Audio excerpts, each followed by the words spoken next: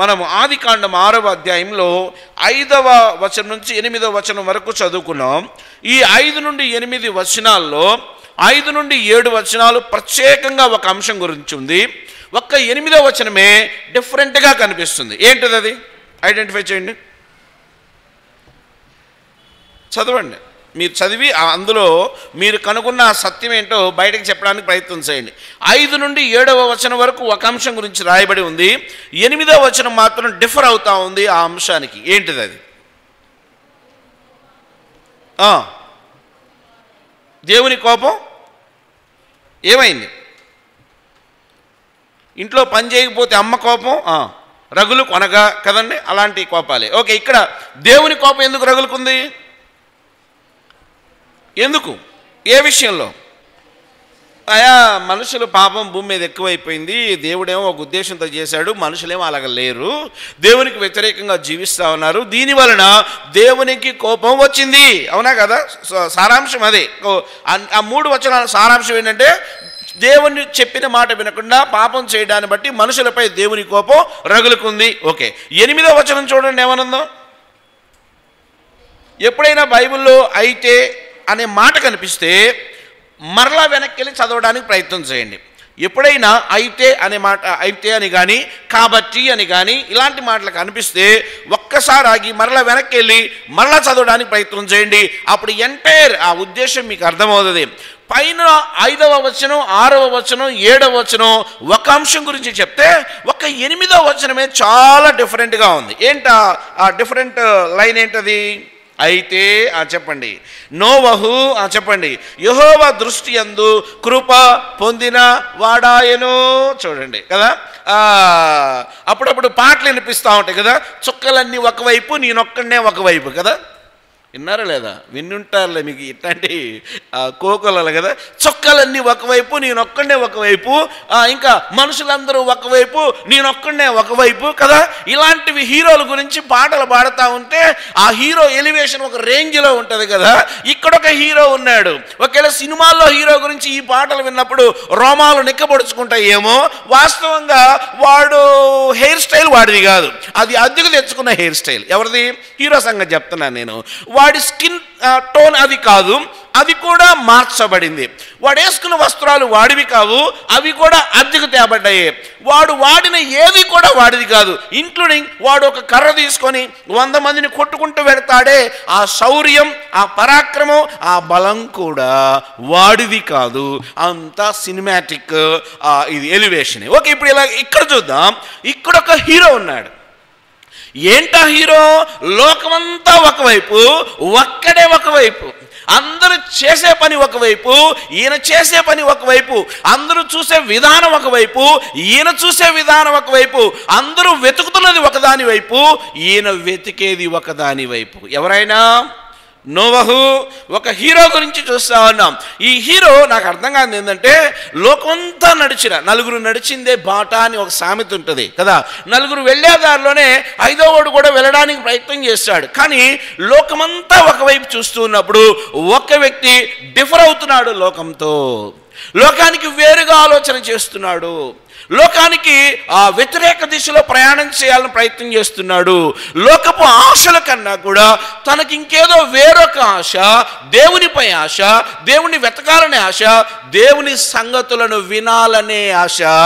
లోకమంతా ఒకదాని మీద ఆశ పెట్టుకుంటే ఈయనొక్కడే ఒకదాని మీద ఆశ పెట్టుకున్నాడు. ప్రశ్న ఏంటంటే, నీ ఆశ ఎటువైపు? కదా, లోకంలో చాలా అచీవ్మెంట్స్ ఉంటాయి కదా, సాధించాలి. యవనస్తుడిగా నీకు చాలా గోల్స్ ఉంటాయి, ఎయిమ్స్ ఉంటాయి, చాలా ఆబ్జెక్టివ్స్ నువ్వు అచీవ్ అవ్వాల్సిన అవసరం ఉంటుంది. మంచిదే, భౌతికంగా భూమి మీద నువ్వు పెట్టుకున్న టార్గెట్ కొరకు అచీవ్ అవ్వడం తప్పు కాదు. కానీ అంతకన్నా గ్రేట్ అచీవ్మెంట్ ఒకటి ఉంది. ఏంటనంటే, దేవుణ్ణి కలిగి ఉండుట, దేవునిలో ఎదుగుట, దేవుణ్ణి స్తుతించుట, దేవునికి ఇష్టకరంగా జీవించడం అనేది ప్రతి మానవుని యొక్క మెయిన్ ఆబ్జెక్టివ్. ప్రతి మానవుని యొక్క మెయిన్ ఆబ్జెక్టివ్ ఏంటంటే, దేవుని చిత్తమునకు లోబడుట, దేవునికి విధేయత చూపిస్తూ, దేవుణ్ణి మోసుకుంటూ, దేవుణ్ణి అందరికీ చూపిస్తూ, దేవుని మహిమపరుస్తూ, ఆయన ఉన్నతమైన జ్ఞానాన్ని సంపాదించుకోవడమే ప్రతి మానవుడికి భూమి మీద ఉన్న ఒక ప్రాముఖ్యమైన ఆబ్జెక్టివ్. ప్రతివాడికి ఉండవలసిన ఆశ. ప్రతివాడు కలిగి ఉండవలసిన ఆశ. నోవహు, నువ్వు హీరోలాగా కనపడుతున్నావు. కారణం ఏంటంటే అక్కడట ఎవరి దృష్టి కంటే అండి చెప్పండి. 8వ వచనం, అయితే నోవహు యెహోవా దృష్టి యందు కృప పొందిన వాడాయను. ఒక వ్యక్తి లైఫ్ స్టైల్ డిఫరెంట్గా ఉంది, ఒక వ్యక్తి యొక్క ఆలోచన విధానం డిఫరెంట్గా ఉంది. ఎలా ఉంది అని అంటే ఆ వ్యక్తిని దేవుడే స్కాన్ చేస్తే, మనం వస్త్రాల షాప్కు దేనికి వెళ్తాం, కింద నుంచి పైదాకా బాడీని స్కాన్ చేస్తారు. ఎందుకంటే ఈయన నడుము బెల్ట్ బాంబే ఏమైనా పెట్టుకొచ్చాడా, లేకపోతే వెపన్స్ ఏమైనా ఉన్నాయా అని చెక్ చేయడానికి ఏదైనా షాపింగ్ మాల్స్లో స్కానర్స్ ఉంటాయి.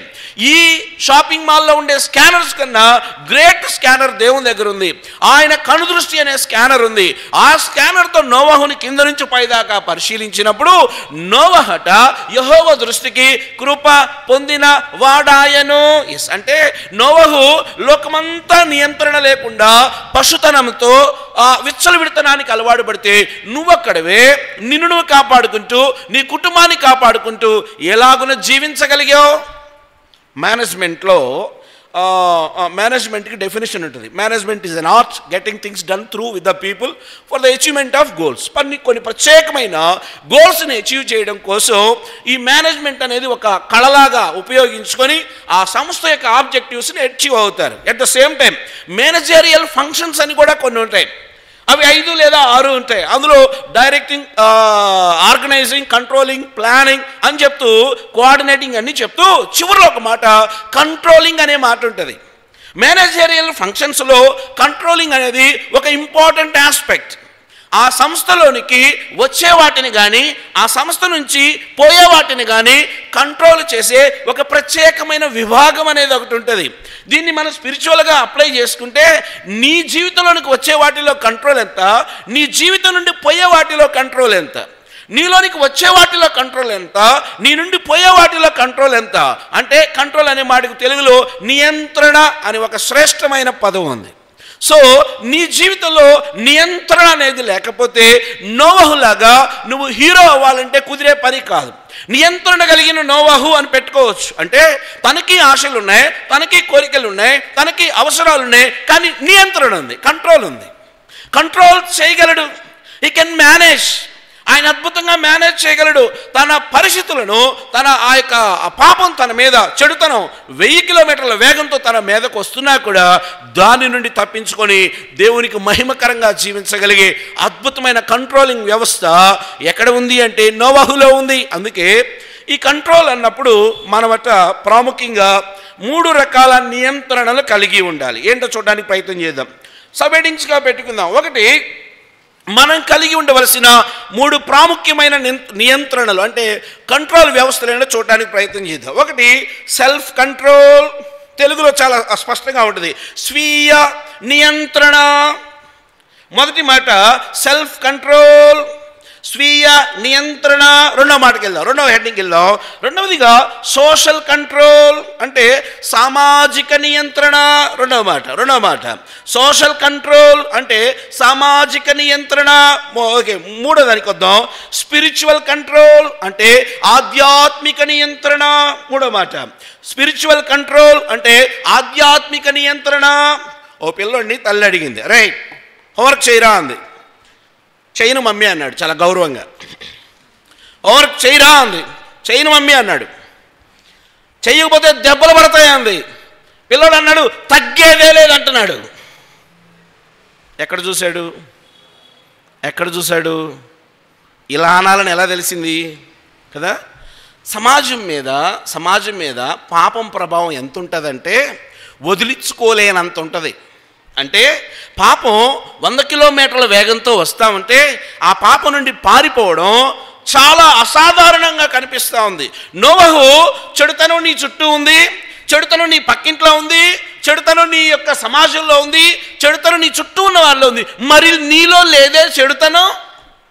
వాళ్ళ చూపు ఒకలాగుంది, నీ చూపు ఒకలాగుంది, వాళ్ళ క్రియలు ఒకలాగున్నాయి, నీ క్రియలు ఒకలాగున్నాయి. ఏంటి సంగతి? ఆయన అంటాడు నాలో ఒక అద్భుతమైన కంట్రోలింగ్ వ్యవస్థ ఉంది. ఏంటా కంట్రోలింగ్ వ్యవస్థ తెలుసా? నన్ను నియంత్రించే దేవుడున్నాడు.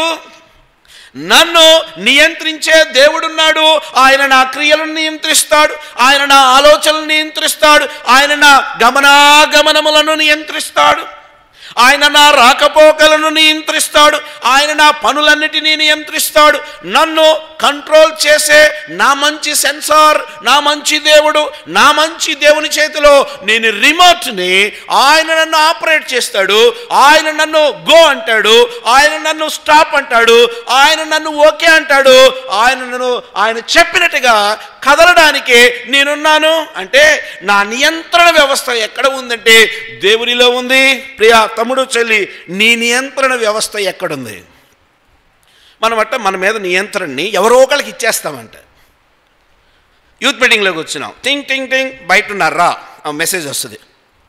వెంటనే ఇటు చిన్నగా ప్రేరణంగానే జారుకుంటాడు దొంగపిల్లిలాగా కదా, బయట ఉన్నా రా అని మెసేజ్ వస్తుంది కదా. అంటే నియంత్రణ ఎక్కడుందంటే ఈయన స్నేహంలోనో లేకపోతే ఆపోజిట్ ఇదిలోనో ఎక్కడో ఈయన నియంత్రణ ఉంటుంది. అది ఈయనని కంట్రోల్ చేయడానికి ప్రయత్నం చేస్తూ ఉంటుంది. కానీ పైకి మాత్రం దేవుని బిడ్డలా కనిపిస్తాడు, దేవుని యొక్క పిల్లలతోనే తిరుగుతాడు, దేవుని యొక్క క్రమంలో ఉన్నట్టుగా కనిపిస్తాడు. కానీ ఈయన నియంత్రణ ఈయనలో ఉండదు. అన్న మీరు మరీ ఇలా నేరారోపణ చేస్తే ఎట్లా? సరే సింపుల్గా ఓపెన్ చేద్దాం. నీ చేతిలో ఉన్న సెల్ మీద నీకు కలిగిన నియంత్రణ ఎంత కదా. సెల్ ఫోను, అరే ఈరోజు యూత్ మీటింగ్ ఏదో చూద్దామని టకటగా తీస్తాం. యూత్ మీటింగే చూస్తామా చెప్పండి కదా. ఈ లోపల టింగ్ అని ఒక యాడ్ ఏదో వస్తుంది కదా. ఇదేంట్రా భలే వెరైటీ ఉంది, దాని నొక్కుతావు, అది ఇంకో చోటకు తీసుకుపోద్ది, అది ఇంకో చోటకు తీసుకుపోద్ది. మొత్తానికి పోవడం నీ చేతిలో ఉంది, కానీ వెనక్కి రావడం నీ చేతిలో కదా. పోవడం నీ చేతిలో ఉంది, వెనక్కి రావడం నీ చేతిలో లేదు. సెల్ ఆన్ చేయడమే నీ చేతిలో ఉంది, సెల్ ఆఫ్ చేయడం నీ చేతిలో లేదు. అంటే అర్థమైంది తెలుసా? నీ మీద నీ చేతిలో ఉన్న నీ సెల్లే అజమాయిషీ చేస్తుంది, నిన్ను డ్రైవ్ చేస్తూ ఉంది, నీ ప్రైవసీని లాక్కుంటుంది, నీ సమయాన్ని లాక్కుంటుంది, నీ ఎనర్జీని లాక్కుంటుంది, నీ బుర్రను లాక్కుంటుంది. నీ బుర్రని లాగుతా ఉన్నా అంటే అర్థమైంది తెలుసా? నువ్వు అనుకుంటావు నా చేతిలో సెల్ ఉంది అనుకుంటావు, కానీ సెల్ చేతిలో నువ్వు ఉన్నావని అర్థం చేసుకునేటప్పటికి చాలా టైం వేస్ట్ అయిపోద్ది. మళ్ళీ చెప్తా సెల్ నా చేతిలో ఉందని నువ్వు అనుకుంటావు, కానీ నువ్వు సెల్ చేతిలో ఉన్నావన్న విషయం గ్రహించేలోపే చాలా టైము నువ్వు పోగొట్టుకుంటావు. నీ నియంత్రణ దేనిలో ఉంది? నిన్నెవరు నియంత్రిస్తూ ఉన్నారు? వ్యక్తులు నియంత్రిస్తున్నారా? వ్యవస్థలు నియంత్రిస్తున్నాయా? లేకపోతే ఇంకా ఒక తమ్ముడు అంటున్నాడు, తమ్ముడు ఎందుకు నువ్వు డ్రగ్స్ మానవు అంటే, ఆ తమ్ముడు ఏం చెప్తాడంటే డ్రగ్స్ వాడకపోతేనట తన చేతులట కొంకర్లో పోతాయట. ఈ చేతులను తీసుకుని వెళ్ళి గోడకి సరచేతుల్ని పటాపట కొడితే ఆ నొప్పి మీద వచ్చే తిమ్మిరి ఉంటుంది, ఆ తిమ్మిరి వల్ల కంట్రోల్ అవుతాడట. కానీ మామూలుగా ఆ శరీరం తనని ఇబ్బంది పెట్టే విధానం చాలా భయంకరమైన నరకాన్ని కలగజేస్తుందన్న. ఈ నరకం అనిపించుకునే కన్నా ఆ డ్రగ్ తీసుకోవడమే మేలు అని చాలాసార్లు నేను చేయకూడదని తెలుసు, నేను అది చేస్తే నా ఆరోగ్యం దెబ్బతింటుందని కూడా తెలుసు, కానీ చేయకుండా ఉండలేను. అంటే ఈయన తన మీద నియంత్రణను తీసుకుని వెళ్ళిపోయి ఒక డ్రగ్కి అప్పగించి దానికి ఎడిక్ట్ అయిపోయినట్టుగా మనం చూస్తాం. ప్రియ తమ్ముడు, జీవితంలో కంట్రోల్ లేకపోతే, నీలో కంట్రోలింగ్ వ్యవస్థ సరిగా లేకపోతే చాలా నష్టాలు వచ్చే ప్రమాదం ఉంది. ఓకే, దేనిలో మనము నియంత్రణ కలిగి ఉండాలి? మొట్టమొదటిది సెల్ఫ్ కంట్రోల్, స్వీయ నియంత్రణ మనకుందో లేదో చెక్ చేసుకుందాం. సామెతల గ్రంథం 25వ అధ్యాయం 28వ వచనం ఏమని రాయబడింది? సామెతల గ్రంథం 25వ అధ్యాయం 28వ వచనం ఏమనుంది అక్కడ? సామెతల గ్రంథం 25వ అధ్యాయము 28వ వచనం ఏమని రాయబడింది? బైబిల్ బాగా చదివిన వాళ్ళే బైబిల్ స్పీడ్గా తీయగలుగుతారు.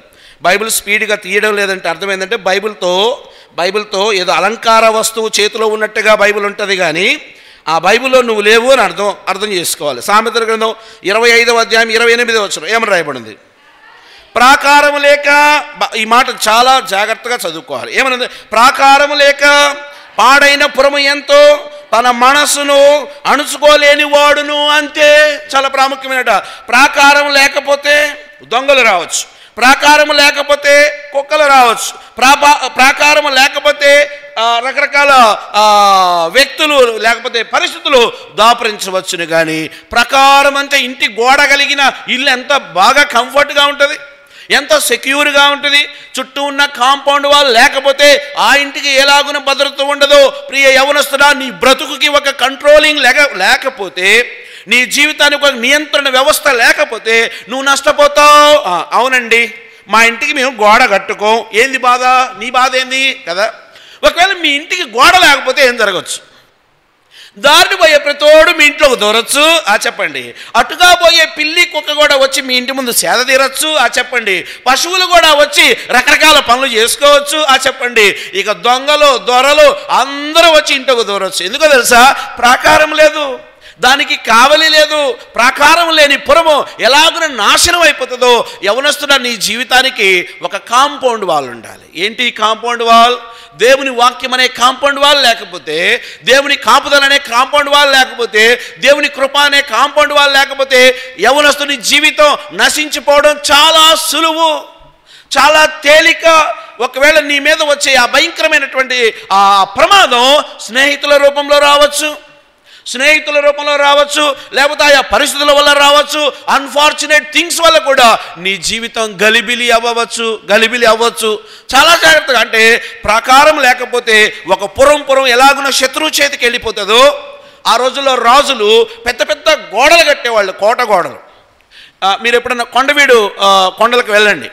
రెడ్డి రాజుల పాలనలో వాళ్ళు కట్టించుకున్న ఎత్తైన ప్రాకారాలు కనిపిస్తాయి. అంటే శత్రు దుర్భేద్యముగా వారి యొక్క కోట ఉండాలని, ఆ ఉన్నతమైన స్థితిలో ఉండాలని వాళ్ళు ఎలాగనో కోట గోళ్ళ కట్టుకున్నారు. నీవు కూడా శత్రువైన సాతానుడి బారిన పడకుండా ఉండాలంటే నీ చుట్టూ దేవుని వాక్యం అనే ప్రాకారం ఉండాలి. ఓకే, ప్రాకారం లేని పురము ఎట్టిదో చెప్పండి. కంటిన్యూషన్ ఏందంట? దేంతో పోల్చారు? తన చెప్పండి మనస్సును, చెప్పండి మళ్ళా చదువుదామా. తన మనస్సును అణుచుకోలేని వాడు కూడా అంతే. అప్పుడప్పుడు అంటారు, నా మనస్సు నా మాట వినడం లేదన్నా కదా, నా మనస్సు నా మాట వినడం లేదన్నా. అంటే నీ మీద నీకే నియంత్రణ. నాకు తెలిసిన ఒక అన్నుండేవాడు. ఆయన చాలా మంచి ఆత్మీయుడు. ఎంత ఆత్మీయుడంటే చదువుకి ఒక టైం పెట్టుకునేవాడు. ఆ చదువుకి కేటాయించిన టైంని ఎవరికి ఇచ్చేవాడు కాదు. చదువు అంటే చదువే. అలాగే ఆటలకు కూడా టైం ఇచ్చేవాడు. స్పెసిఫిక్గా దానికి ఒక టైం ఉండేది. ఆ టైం అచ్చంగా ఆటలే ఆడేవాడు. దేవునికి క్వైట్ టైం అంటే ఉదయకాల సమయంలో దేవుని సన్నిధిని అనుభవించడానికి ఒక టైం ఉండేది. ఆ టైంలో ఆ పనే చేసేవాడు. అంటే ఒక సిస్టమేటిక్ లైఫ్ని ఎంజాయ్ చేయడం ద్వారా ఈ రోజున ఉన్నతమైన స్థితిలో ఆ వ్యక్తి ఉన్నాడు. అంటే చాలాసార్లు టైం ఉండదు, మనకి ఒక టైం టేబుల్ ఉండదు. చాలామంది యవనస్తులకు ఒక డిసిప్లిన్డ్ మేనర్ ఉండదు. వారు ఎప్పుడు ఏది పడితే అది చేయడానికి ప్రయత్నం చేస్తారు. నచ్చితే బుక్ తీస్తారు, లేకపోతే సెల్ ఫోన్ తీస్తారు, లేకపోతే ఇంకోటి తీస్తారు, ఏదైనా చేస్తారు. కానీ పర్టికులర్గా ఒక్కొక్క టైం ఒక్కొక్క దానికి ఇవ్వరు. అందుకే ఒక ఆయన అంటాడు, మన బ్రెయిన్లో బ్రెయిన్ క్లాక్ ఉంటుందట. గోడ మీద గడియారం ఎలాగుంటుందో బ్రెయిన్లో కూడా ఒక క్లాక్ ఉంటుంది, ఒక గడియారం. ఈ గడియారం ఏం చేస్తుంది అంటే ఈ బుర్రకి ఏ టైమో దేన్ని అలవాటు చేస్తే యాస్టీస్గా నువ్వు మర్చిపోయినా నీ బ్రెయిన్ మాత్రం అద్భుతంగా పనిచేసి ఆ పని చేసేటట్లుగా నిన్ను ప్రేరేపిస్తుంది. బ్రెయిన్ క్లాక్ అంటారు దాన్ని. ఈ బ్రెయిన్ క్లాక్కి ఎర్లీ మార్నింగ్ 4కి లెగడం నువ్వు నేర్పావనుకో, మొదటి 2 రోజులు 3 రోజులు కష్టంగా ఉంటుంది. కానీ 4వ రోజున నిన్నెవడో అరచేత్తో ఈ మీద పెళ్ళుమని కొట్టినట్టుగా ఉలిక్కిపడి లెగుస్తావు. కారణం తెలుసా? నీ బ్రెయిన్ అసలు ఊరుకోదు. తినడం కూడా అంతే. నువ్వు 9 కల్లా బ్రేక్ఫాస్ట్ చేస్తావు అనుకుందాం, మళ్ళీ తిరిగి నెక్స్ట్ 9 కల్లా నీలో యాసిడ్స్ ఫామ్ అవుతాయి. అద్భుతంగా నువ్వు 12:30 1 గంటకి అన్నం తినేవాడివైతే తిరిగి 1 గంటకి నువ్వు ఫుడ్ తినకపోతే నీ కడుపు చెప్తుంది, నాకు ఆకలేస్తుంది, ఏదోటి నాలో పడేయరా అంటుంది. ఏదో తెలుసా నీకు? అంటే నీలో బ్రెయిన్ క్లాక్ ఉంది. నీ బ్రెయిన్కి నువ్వేం నేర్పిస్తే అది నేర్చుకుంటుంది. ఈ బ్రెయిన్లో 264 సెంటర్లు ఉన్నాయి. ఈ 264 సెంటర్లు న్యూరాన్ల వ్యవస్థతో కలపబడి ఉన్నాయి. ఈ న్యూరాన్స్ ఉత్తేజితపరచబడతాయి. అవి ఉత్తేజింపబడినప్పుడు నీలో రకరకాల ఆ సింటమ్స్ కనిపిస్తూ ఉంటాయి. నువ్వు బ్రెయిన్కి ఏమి నేర్పిస్తే బ్రెయిన్ నీ చేత అది చేయించడానికి ప్రయత్నం చేస్తుంది. నువ్వు రోజు 10 కల్లా బెడ్ మీదకి వెళ్ళిపోతే నువ్వు వెళ్ళకపోతే అది ఊరుకోదు. ఎందుకో తెలుసా? 10కి నీకు తెలియకుండానే నీకు నిద్ర వచ్చేస్తుంది. ప్రియ దేవుని బిడ్డ, నీ సిస్టమ్నే దేవుడు అద్భుతంగా డిజైన్ చేస్తే, అద్భుతంగా చేసిన ఆ డిజైన్ ఎందుకు పాడు చేస్తున్నావు? టయానికి నిద్ర ఉండదు చెప్పండి, టయానికి తిండి ఉండదు చెప్పండి, టయానికి చదువు ఉండదు చెప్పండి. అంటే అన్ని ఇర్రెగ్యులారిటీస్. దీని అంతం ఏంటో తెలుసా? సరిగా తినకపోతే జబ్బులు వస్తాయి, సరిగా యాక్టివిటీస్ అయిపోతే ఫెయిల్యూర్స్ వస్తాయి, సరిగా చదవకపోతే నువ్వు అనుకున్నది సాధించలేవు, సరిగా భక్తి చేయకపోతే దేవుని కృప కూడా నువ్వు పోగొట్టుకునే ప్రమాదం ఉంది. అంటే నీ ఇర్రెగ్యులారిటీసే నీ బ్రతుకుని డిజైన్ చేస్తాయి. నీవు నీ రెగ్యులర్ లైఫ్ని జాగ్రత్తగా క్రియేట్ చేసుకుంటే రేపు నీ ఫ్యూచర్ కూడా చాలా అందంగా డిజైన్ చేయబడుతుంది. అంటే స్వీయ నియంత్రణ ప్రాకారము లేని పురము ఎట్టిదో, తన మనసును అణుచుకోలేని వాని గతి కూడా అలాగే ఉంటుంది. అంటే నిన్ను నువ్వు చేయాలనుకుంటావు, నువ్వు చేయకుండా మిస్ అవుతున్నావంటే నీ మీద నీకే కంట్రోల్ లేదు. నీ మీద నీకే కంట్రోల్ ఉండాలి అంటే నువ్వు దేవుని కంట్రోల్లోకి రావాలి. నువ్వెప్పుడు దేవుని యోసేపు వయసు ఎంత? అప్పుడు మేము లేవన్నా అంటారా? యోసేపు ఉన్నప్పుడు యోసేపు వయసు ఎంత? ఏది? ఆ బానిసత్వానికి అప్పగించబడినప్పుడు 17 ఏళ్ళు అప్రాక్సిమేట్లీ అని రాయబడింది కదా. 17 సంవత్సరాల పిల్లవాడికి అంత నియంత్రణ ఎక్కడి నుంచి వచ్చింది? అంత కంట్రోలింగ్ వ్యవస్థ ఎక్కడి నుంచి వచ్చింది? మీరు ఆదికాండం 32-34లో అనుకుంటా, మీరు బాగా చదవండి. యోసేపును దేవుడే కంట్రోల్ చేశాడు. ఏమనంటే ఎలా అన్న మీరు అడి చెబుతారు, యెహోవా అతనికి తోడై ఉండెను గనక, దేవుడు అతనికి తోడై ఉండెను గనక. ఇది కంట్రోలింగ్ వ్యవస్థ. జోసెఫ్, నీ సక్సెస్ఫుల్ లైఫ్కి కారణం ఏంటంటే నాకు ఒక అద్భుతమైన కంట్రోలింగ్ వ్యవస్థ ఉంది, అది దేవుడే. నన్ను దేవుడు కంట్రోల్ చేస్తాడు, నా మార్గాన్ని ఆయన సరళం చేస్తాడు, నన్ను ఉన్నతమైన మార్గాల్లో ఆయన నడిపిస్తాడు. ప్రియతముడు, సెల్ఫ్ కంట్రోల్ అంటే స్వీయ నియంత్రణ. సొలొమోన్ ప్రసంగి గ్రంథం 2వ అధ్యాయం 1వ వచనం. ఎవరైనా ప్రసంగి గ్రంథం 2వ అధ్యాయం 1వ వచనం ఒక ఆయన కనిపిస్తున్నాడు. ప్రసంగి గ్రంథం 2వ అధ్యాయము 1వ వచనం ఎవరైనా చదవండి. ప్రసంగి 2వ అధ్యాయం 1వ వచనం. కానీ నిన్ను సంతోషము చేత శోధించి చూతును, నీవు మేలును అనుభవించి చూడమని నేను నా హృదయముతో. ఎవరితో చెప్పుకున్నారంట? మామూలుగా మీకు అడ్వర్టైజ్మెంట్ కదా, ఏ దిల్ మాంగే మోర్ అని కదా. హృదయం అంట చాలా కావాలని కోరుకుంటూ ఉంటుందంట. అదంతే, దాన్ని పోయేవన్నీ మనకే కావాలంటది. కాలేజీ బస్సులో పోతామంటే కనపడిన ముఖాలన్నీ మనకే కావాలంటది. అంటే అర్థం తెలుసా? ఈ హృదయం అగాధం లాంటిది. ఈ అగాధాన్ని నింపడం అసలు చాలా కష్టం. ఇక్కడ ఒక ఆయన ఉన్నాడు, ఆయన సోల్మన్ ప్రసంగి. ఆయన మంచి ఉన్నతమైన దేవుని జ్ఞానం కలిగినోడు. ఆయనకి దేవుడే స్వయంగా వివేచన ఆత్మనిచ్చాడు. అంటే వివేచన ఆత్మ అంటే ఏది రైట్ ఏది రాంగ్ అని జస్టిఫై చేసుకోగలిగిన ఉన్నతమైన శక్తిని దేవుడిస్తే, ఈయనకి ఏది ఇవ్వబడిందో విచిత్రం ఏంటో తెలుసా? ఆయనకి ఏ వరం ఇవ్వబడిందో అదే వరంలో ఫెయిల్ అయ్యాడు. ఇది నాకు చాలా ఆశ్చర్యంగా అనిపించేది. సొలొమోనుని చూస్తే నాకు ఆశ్చర్యం ఏంటంటే, మంచి చెడుని వివేచించగలిగిన వివేచనాత్మకమైన ఆ శక్తిని దేవుడిస్తే, ఏ వరం ఇవ్వబడిందో ఆ వరంలోనే ఫెయిల్ అయ్యాడు. ఏంటో తెలుసా? ఏది మంచో ఏది చెడో తెలుసుకోలేకపోయాడు. ఇక్కడ అంటాడు కదా, తన హృదయంతో, హృదయమా నువ్వు దేంతో సంతోషపడతావో నిన్ను శోధించి చూతును అని అంటాడు. ఆ కింద అధ్యాయం ఇంటికి వెళ్ళి చదవండి. ఆయనట తన హృదయాన్ని సంతోష పెట్టుకోవడం కోసం రకరకాల పనులు చేశాడు. ఉద్యానవనాలు నాటించాడు, ఇళ్ళు కట్టించుకున్నాడు, సంగీత గాండ్రను అంటే మనం గనక పాటల్ని ముక్కలు ముక్కలుగా చేసి ఈ మొక్క సగం ఆ మొక్క సగం ఆ మొక్క సగం అని డెడ్లీ ఏదో పెట్టాం కదా. ఏం పెట్టామండి? ఒక పాట సంపూర్ణంగా పాడి ముగించవచ్చు కదా.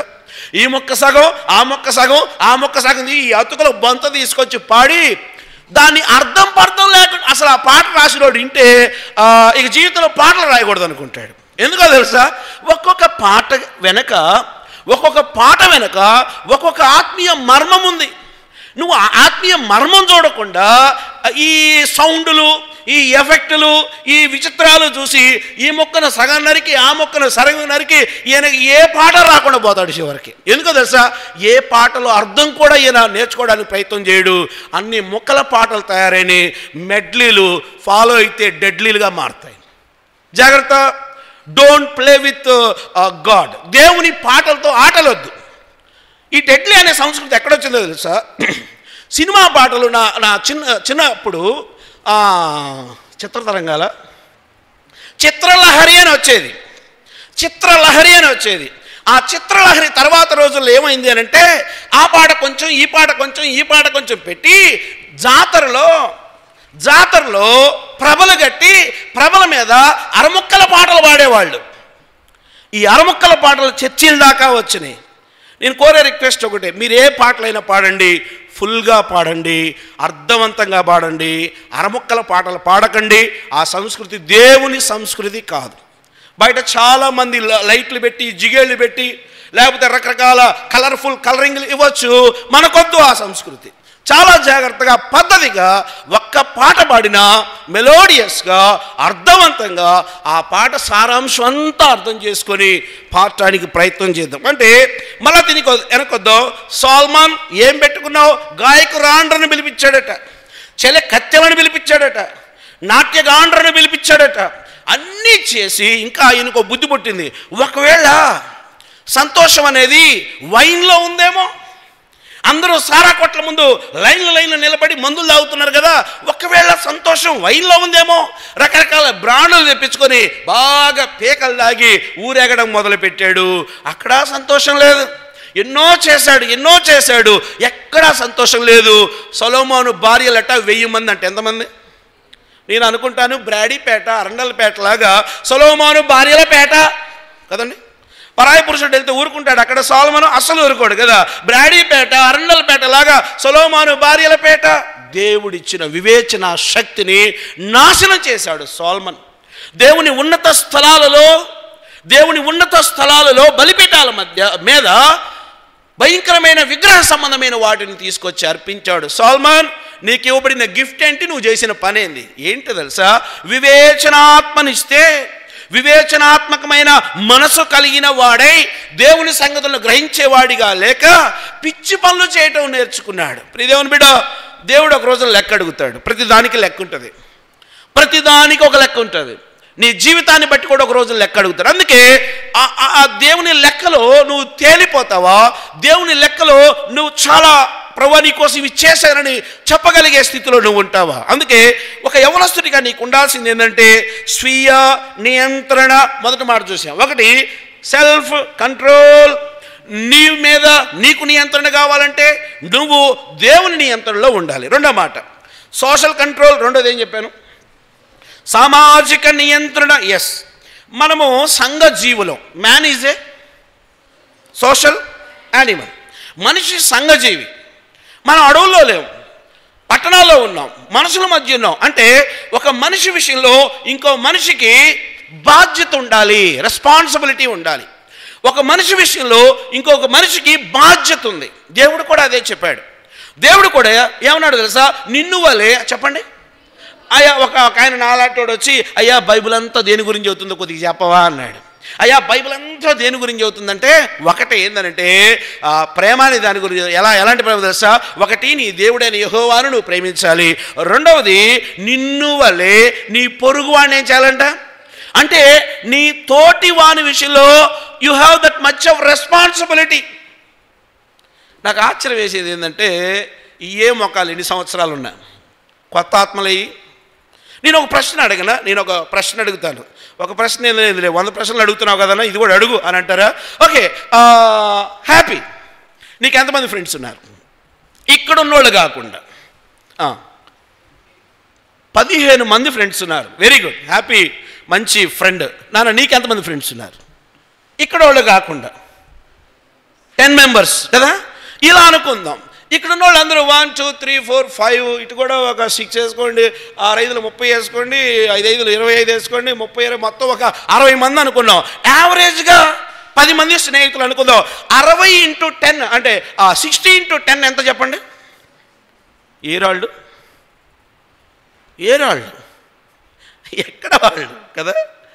నేను చెప్పనా నువ్వు వాళ్ళని ఎప్పుడు పిలుస్తావు? నీ బర్త్డే అయితే 4 బైకులు వేసుకొని ఫ్లైఓవర్ ఎక్కి నడి రోడ్డు మీద బైక్ ఆపి కదా. చూస్తున్నా కొంతమంది చర్చికి వచ్చే యూత్ కూడా అల్లరి వేషాలు వేస్తున్నారు. మీరు ఇప్పుడు పవిత్రమైన మందిరంలో పవిత్రమైన పని చేసే పిల్లలు, మీరు మంచి పిల్లలు. You are completely separated from the world. ఈ లోకము నుండి మీరు వేరు చేయబడ్డారు. వేరు చేయబడిన నువ్వు కూడా 4 బండ్లు వేసుకొని ఒక కేకు తీసుకొని రోడ్డుకి అడ్డంగా బండి ఆపి ఆ కేకును కట్ చేసి తింటారా? కాదు కదా. సరే, ఇంట్లో అంటే ఆనందం వేరు కదా. లేకపోతే నడి రోడ్డు మీద కేకలేస్తా, అరుస్తా, రచ్చ చేస్తా, ఆ పూసుకుంటా, ఆ నెట్టుకుంటా, ఆ కొట్టుకుంటా ఉండే వాళ్ళలో దేవుడు ఉంటాడా? ఆనందంగా ఉండొద్దని చెప్పడంలే. ఏంటంటే నువ్వు ఉండాలి, నువ్వు సంఘజీవి, నీకు ఫ్రెండ్స్ అవసరం కదా. 60 మందికి 10 మంది స్నేహితులు యావరేజ్గా ఉంటే 600 మంది ఇక్కడ ఉండాలి. ఎందుకో తెలుసా? నీ ప్రభావం నీ స్నేహితుల మీద అంత ఉండాలి. నువ్వు స్నేహం ఎందుకు చేయాలో చెప్పునా? నీ స్నేహం ద్వారా వాని ఆత్మ రక్షించబడడానికి కారణం అవ్వాలి. నీ స్నేహం ఒకవేళ వాడికి నీ స్నేహం ఎలా ఉపయోగపడుతుందంటే, ఒక పెన్ను, ఒక పుస్తకం, ఎప్పుడైనా అవసరమైతే చిల్లర, ఇలా అవసరం అయితేమో. కానీ నువ్వు వాడికి ఎంత అవసరమో తెలుసా? ఒక రక్షించబడిన యవ్వనస్తుడు తన ఫ్రెండ్కి ఎంత అవసరమో తెలుసా? ఎంత అవసరమో చెప్పనా? నరకంలో పోయేవాడిని, అంటే అగ్నిలో పోయేవాడిని లాగి సొక్కాపచ్చుకొని తీసుకొచ్చి పరలోకంలో పడేసేంత. అర్థమైందా? నీ అవసరం వాడికేమో ఒక పెన్ను, ఒక పెన్సిలు, అడిగితే బైకు, లేదంటే చిల్లర. ఇది నీ వలన వాడు ఎక్స్పెక్ట్ చేసేది. కానీ నువ్వు వాడికి ఎంత బహుమానమో తెలుసా? వాడు రేపొద్దున నరకంలో పడకుండా, యుగయుగాలు మండకుండా, వాడి ఆత్మనాడు పోగొట్టుకోకుండా నిత్యరాజ్యానికి వారసుడవడానికి నీవే సోర్స్. కేకులు కట్ చేయడానికో, అల్లరి చేయడానికో, చిల్లర చేయడానికో ఉన్న స్నేహితులు దేవుని మందిరానికి ఎందుకు పిలవు? మా మందిరానికి రండి. అరే, ఒక్కసారి మా చర్చికి వచ్చి చూడండి. ఒక్కసారి దేవుని మందిరాన్ని ఇలా చేసేవాళ్ళు. ఇంతకుముందు యూత్ ఏం చేసేవాళ్ళంటే, పాకెట్ మనీని దాచిపెట్టి, ఇదే షాలం మందిరంలో పాకెట్ మనీని దాచిపెట్టి, ఆ పాకెట్ మనీతో చిన్న ట్రీట్ లాగా చేసి ఫ్రెండ్స్ను పిలిచి, ఆ ఫ్రెండ్స్ని చిన్నగా చర్చికి తీసుకొస్తే, ఈ చర్చిలో ఆత్మీయంగా ఎదిగిన వాళ్ళు ప్రపంచ దేశాల్లో, చాలా దేశాల్లో ఉన్నారు. మీరు నమ్ముతారా? షాలోం మందిరం నుండి వెళ్ళి, అన్య కుటుంబాల నుండి వచ్చి, ఎవరో ఫ్రెండ్ పిలిస్తే వచ్చి రక్షించబడి, 1995లో నన్ను కూడా ఒక ఫ్రెండ్ పిలిస్తే వచ్చా ఈ చర్చికి. 1995వ సంవత్సరంలో ఒక ఫ్రెండ్ రారా మా చర్చికి అన్నాడు. వాడిని కలవడం కోసం నా రేంజర్ సైకిల్ వేసుకుని వచ్చి నిలబడి, ఆడెంతకీ రావడంలే. అది రావడం లేదు, ఏందిరా అని సైకిల్ ఆపి లోపలికి వచ్చి కూర్చున్నా. అన్నీ ఏందో నిలబడుతున్నారు, పాటలు చాలా జరుగుతూ ఉన్నాయి. కొంచెం నచ్చింది, బాగుంది. తర్వాత మర్చిపోయినా. ఆ తర్వాత మరలా ఫ్రెండ్స్ నన్ను మందిరంలోకి తీసుకొచ్చారు. ఈరోజున మందిరంలో ఉన్నాను. తమ్ముడా, పెన్ అవసరాలు, పెన్సిల్ అవసరాలు ఎదుటోడికి నీ మీద ఉంటాయేమో, కానీ నువ్వు వాడికి ఎంత బహుమానమో తెలుసా? వాడి బ్రతుకును మార్చగలిగేంత ఇంపాక్ట్ చేయగలిగిన పవర్ నీకుంది. నీ స్నేహితుడి జీవితాన్ని మార్చగలిగిన శక్తి నీకుంది. You are very powerful. నీ స్నేహాన్ని నువ్వు అందుకు వాడట్లా. ప్రాబ్లం ఎక్కడొస్తుందో తెలుసా? నీ స్నేహం కేకుల కట్టింగ్కి, చిల్లరేషాలకి, బైకుల మీద తిరగడానికి, లేకపోతే ఊరక కాలేజీలకు కూడా వాటికి కాదు. నీ స్నేహం చాలా విలువైంది. నీ ఫ్రెండ్కి నువ్వు ఒక బహుమానం నువ్వు చేస్తే వాడి బ్రతుకును కూడా మార్చగలిగిన శక్తివంతమైన వ్యక్తిగా నువ్వు వాని బ్రతుకులో ప్రభావం చూపించగలవు. ఈ రోజున చక్రవర్తి అనే వ్యక్తి ఇక్కడ ఉన్నాడంటే నా ఫ్రెండ్సే. మా ఇంటి దగ్గరకు చర్చి కడతానని ఒకడు వస్తే, ఒక పాస్టర్ గారు వస్తే, నువ్వు ఉండవు నీ చర్చి ఉండదని వార్నింగ్ ఇచ్చా. నువ్వు ఉండవు నీ చర్చి ఉండదు. ఇదంతా మేము హిందూస్ ఉండే ఏరియా. ఇక్కడికి వచ్చి చర్చి కట్టి ఎలా కదా? ఏ నోటితో దేవుని నామాన్ని దూషించానో, నన్ను కొంతమంది స్నేహితులు నన్ను రక్షించడం కోసం, మీకు ఒక మాట చెప్పనా, నా చేత తన్నులు కూడా తిన్నారు. నన్ను దేవుళ్ళలోకి తేవడం కోసం నా చేత తన్నులు కూడా తిన్నారు. నన్ను దేవుళ్ళలోకి తీసుకురావడం కోసం వాళ్ళు ఉపవాసం ఉన్నారు. నన్ను దేవుళ్ళలోకి తీసుకురావడం కోసం అనేక రోజుల పాటు నా కోసం ప్రార్థన చేశారు. ఒక భయంకరమైన కరడుగట్టిన వాడు దేవుని దగ్గరకు రాగలిగాడు. ఇప్పుడు ఇలా చెప్తాను, నా స్నేహితులకు నేను ఎంతో రుణపడి ఉన్నాను. ఎందుకో తెలుసా, ఎక్కడో ఉత్సవాలు చేసే నేను, ఎక్కడో ఏడో లైన్లో ఇప్పటికి నేను స్టార్ట్ చేసి నా వారసులు కంటిన్యూ చేస్తూ ఉన్నారు. నాకు సిగ్గేస్తుంది అడ్డుపోతే. ఎందుకో తెలుసా, అక్కడ వినాయక చవితులు 7/2 శ్రీనగర్ 7/2లో విగ్రహాలు పెట్టిన నేనే ఇప్పుడు ప్రభువుని అంగీకరించాను. కానీ అక్కడ ఇంకా నేను స్టార్ట్ చేసింది స్టిల్ అక్కడ జరుగుతూ ఉంటే గుండెల్లో బాధేస్తుంది. తమ్ముడు, నా స్నేహితులు నా మీద కాన్సన్ట్రేట్ చేయకపోతే నేను నరకానికి వెళ్ళేవాడిని. నీకు కూడా ఒక సవాల్, నీ ఫ్రెండ్స్ ఎంతమందిని నువ్వు మందిరానికి నడిపించగలవు? ఆత్మీయంగా ఎంతమందిని నువ్వు దేవుని సన్నిధికి తేగలవు? విన్నవాళ్లే వింటున్నారు. కెమెరాలు వచ్చాయి, సౌండ్ సిస్టాలు వచ్చాయి, మిక్సర్లు వచ్చాయి, కీబోర్డులు వచ్చాయి. ఈనేవాడేడి కదా, అవసరాలు ఎట్లా చెప్తాము కదా, మాకు అది కావాలి. మంచిదే, మీకోసం అడగట్లా, సంఘం కోసమే. అన్ని అడిగారు, వెరీ గుడ్, మీకు చాలా బాధ్యత ఉంది. మరి వినేవారేది? ఈ దేవుని బిడ్డ, ఎవరో నలుగురు అన్నలు చేస్తే పరిచర్య కాదు. ఇక్కడున్న ప్రతివాడు మీ స్నేహితుల్ని మీ భుజాల మీద మోసుకొని మీ బర్త్డే ఫంక్షన్లకు వస్తారే, అలాగా దేవుని మందిరానికి తేగలితే యూ విల్ బి సక్సెస్. నీ స్నేహం కూడా విజయవంతమైనట్లే. నీ స్నేహానికి ఒక అర్థం ఉంది. 2 మాటలు. ఒకటి చెప్పండి, టైం అయిపోయింది. ఒకటి స్వీయ నియంత్రణ, 2వ మాట సామాజిక నియంత్రణ, 3వ మాట స్పిరిచువల్ కంట్రోల్, ఆధ్యాత్మిక నియంత్రణ. అంటే ఆధ్యాత్మిక నియంత్రణే ఉంటుందన్న. ఆధ్యాత్మిక నియంత్రణ ఏంటి అంటే, ఆధ్యాత్మిక నియంత్రణ అంటే అర్థం ఏంటంటే, నువ్వు స్పిరిచువల్ లెవెల్స్లో ఎదుగుతూ ఉన్నప్పుడు, నువ్వు స్టెప్స్ ఎక్కుతూ ఉన్నప్పుడు నీలో మార్పు రావాలి. మార్పు అంటే రక్షించబడిన తొలి దినాల్లో నీ యాటిట్యూడ్ ఒకలాగుంటుంది. రక్షించబడిన తర్వాత, దేవుని బిడ్డగా మారిన తర్వాత, దేవుని సంగతులు వింటున్న తర్వాత నీ మాటలో, నీ చూపులో, నీ ప్రవర్తనలో, నీ ఆధ్యాత్మిక జీవితంలో చాలా చేంజ్ కనపడాలి, చాలా మార్పు కనపడాలి. నీ వే ఆఫ్ థింకింగ్ మారాలి, నీ వే ఆఫ్ అప్రోచ్ మారాలి, నీ గివింగ్ రిసీవింగ్లు మారాలి, నీ ఆలోచన విధానం మారాలి. అంటే అర్థమైంది తెలుసా, ఆత్మీయతలో దినదినం అభివృద్ధి చెందుతూ ఉన్నప్పుడు మార్పు ఉండాలి. అమ్మ కడుపులో ఉన్నప్పుడు జైగోట్ అంటే పిల్లకణం ఇంతే ఉంటుంది. నా సైజ్ ఎంతో తెలుసా, పిల్లకణం ఇంత మాంసము ముద్ద.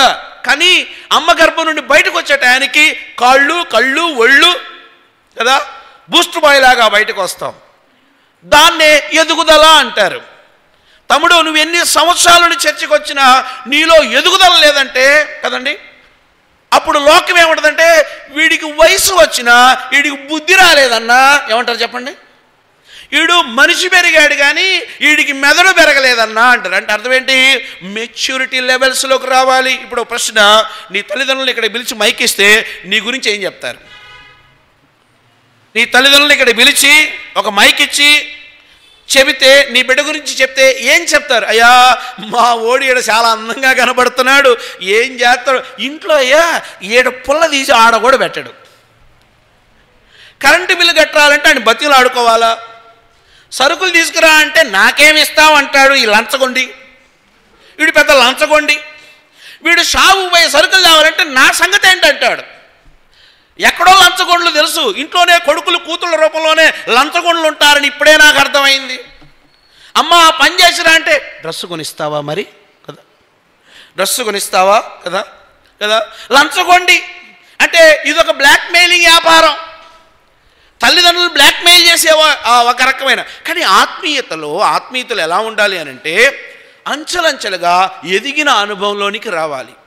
జోసెఫ్ యొక్క ఆత్మీయ స్థితి ఎంత గొప్పదంటే, చిన్నప్పుడు పాపాన్ని ఒప్పుకునేవాడు కాదు, ఒక సర్టెన్ లెవెల్కి వచ్చిన తర్వాత కూడా దేవుని మహిమపరచడంలో ఎంత. దావీదు జీవితంలో కూడా గొర్రెలు కాసుకునేటప్పుడు అది ప్రార్థనలో ఆత్మీయతలో ఎదిగాడు. తాను రాజు అయిన తర్వాత కూడా ఆత్మీయంగా కనబడటానికే ప్రయత్నం చేశాడు. ప్రియ దేవుని బిడ్డ, నువ్వు మెచ్యూరిటీలో ఎదుగుతున్నావు అంటే, మందిరంలో సీనియర్గా అవుతున్నావు అంటే, నీ మాట, నీ స్థితి, నీ ఆలోచన చాలా పరిపక్వత చెందిన స్థితికి రావాలి. ఆధ్యాత్మిక నియంత్రణ అంటే నీ ప్రార్థనా సమయం పెరగాలి, నీ వాక్య ధ్యాన సమయం పెరగాలి, దేవునికి నువ్వు ఇచ్చే సమయం పెరగాలి, దేవుడికి ఇచ్చే టైం పెరగాలి, నీ రెగ్యులారిటీస్ని జాగ్రత్తగా చేసుకునే ఆ క్రమము కలిగిన ఆ బ్రతుకును కలిగి ఉండాలి. అంటే అర్థం అంటే ఆధ్యాత్మికంగా ఎదగడం అంటే అర్థం ఏంటో తెలుసా? నువ్వు ఎందుకు వచ్చావో ఆ పనిని, దేవుని చిత్తాన్ని చేయడం దేవుని యొక్క ముఖ్య ఉద్దేశం.